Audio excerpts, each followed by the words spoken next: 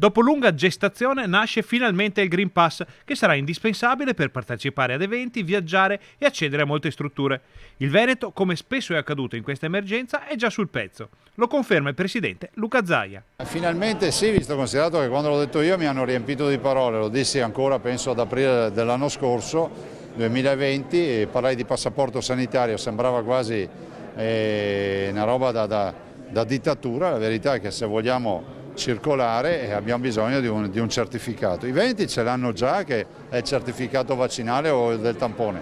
Adesso cercheremo di capire bene come si andrà a concretizzare questo Green Pass e noi poi abbiamo un'anagrafe vaccinale, siamo in grado di rilasciarlo in tempo reale. Resta il nodo delle mascherine, che potrebbero diventare opzionali all'aperto dalla metà del mese prossimo.